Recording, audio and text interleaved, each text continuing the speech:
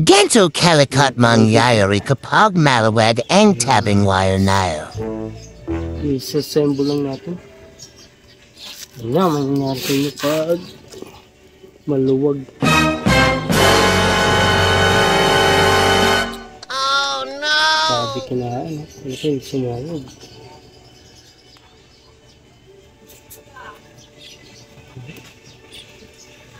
Sirang-sira. Ito.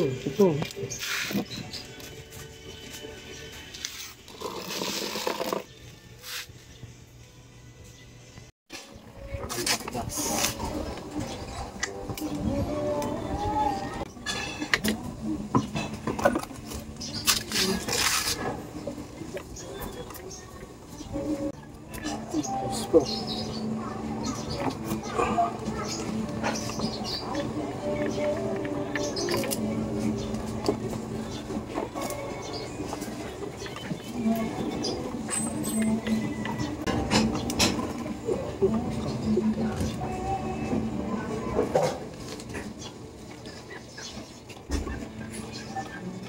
Hindi kaya, lipat muna tayo sa kabila.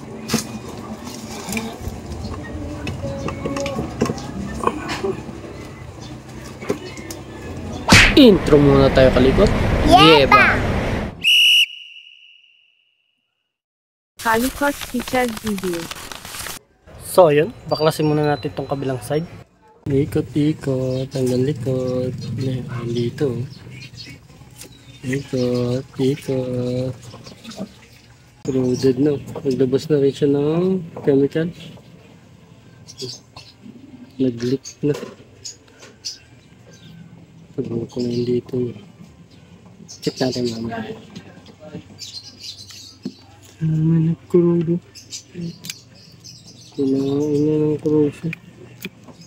Dahil sa mga nag-leak. Ito yan. Nag-leak na. Ganit siya. Jara. Tumpang ako pa to. Sumablay. Okay pa itong isa. Ito sablay na. Akin ang leak niya. Corroded niya. Hinain na.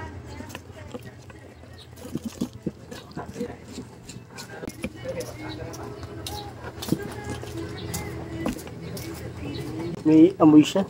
Hindi yung amoy niya.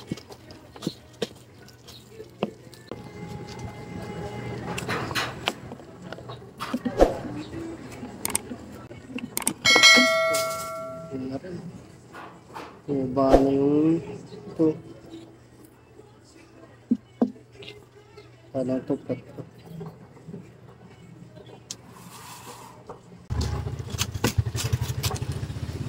Oh, corroded niya. Ayun na. Doble na yan. Kaya, ito pa kaya ito. Putol. Ano, naglik ko. Sira. Okay. Tatlo. Dalawa. Isa nag-corrode.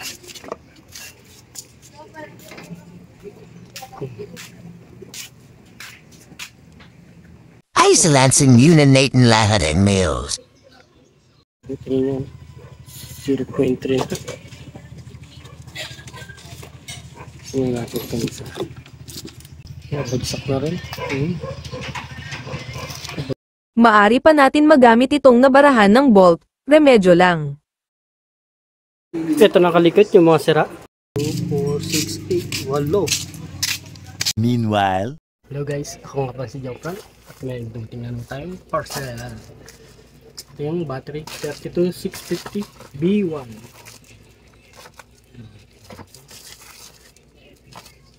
Kapal yung balot.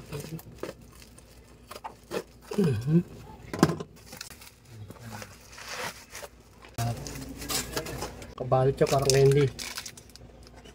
Ang laman ng plastic ay LiPo 32650.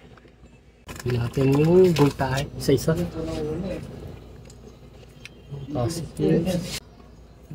Positive niya na sa ilalim. So, not female.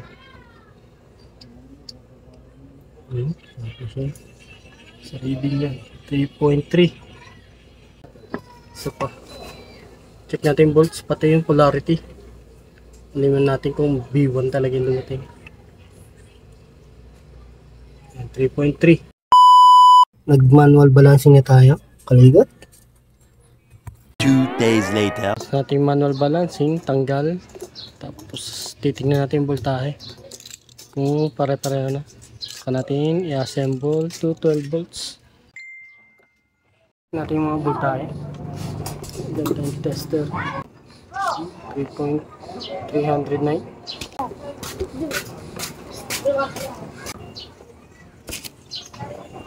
Yung 309. Natin itong gray. Ano yung bagong bili.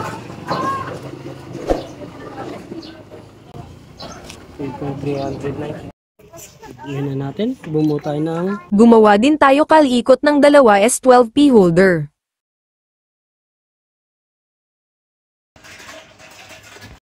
Dose.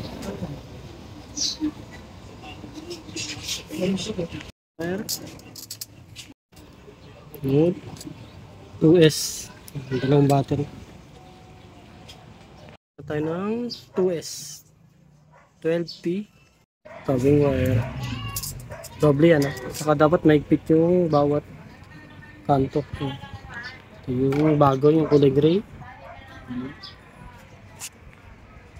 Natin yung 3S 12P load holder at tabbing wire. Nalagyan natin yung tabbing wire. Ayan, nalagyan natin yung tabbing wire. 3S 12P.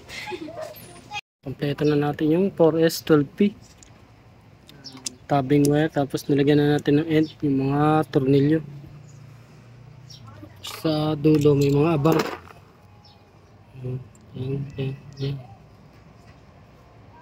Abang yan. Volts 12P. Tapos may mga abang siya.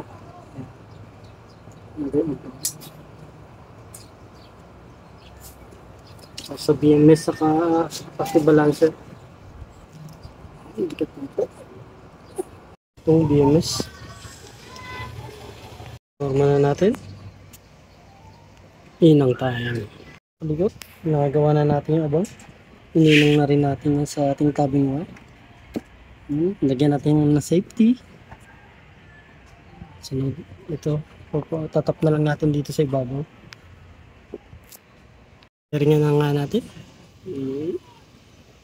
Hanap natin sa taas.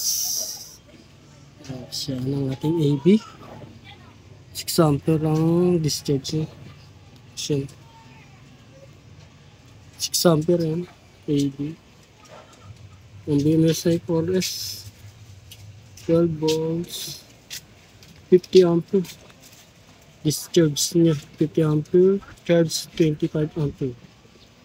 Kakabitan natin ng kabit. Tumilaw kagad nagbabalance. Ito naman si BMS. Okay, tignan natin kung may reading. Tapos na rin natin. Hindi kita. Kailangan madilim. Nasa dilim mo. Salamat muli kalikot sa panonood. The ends.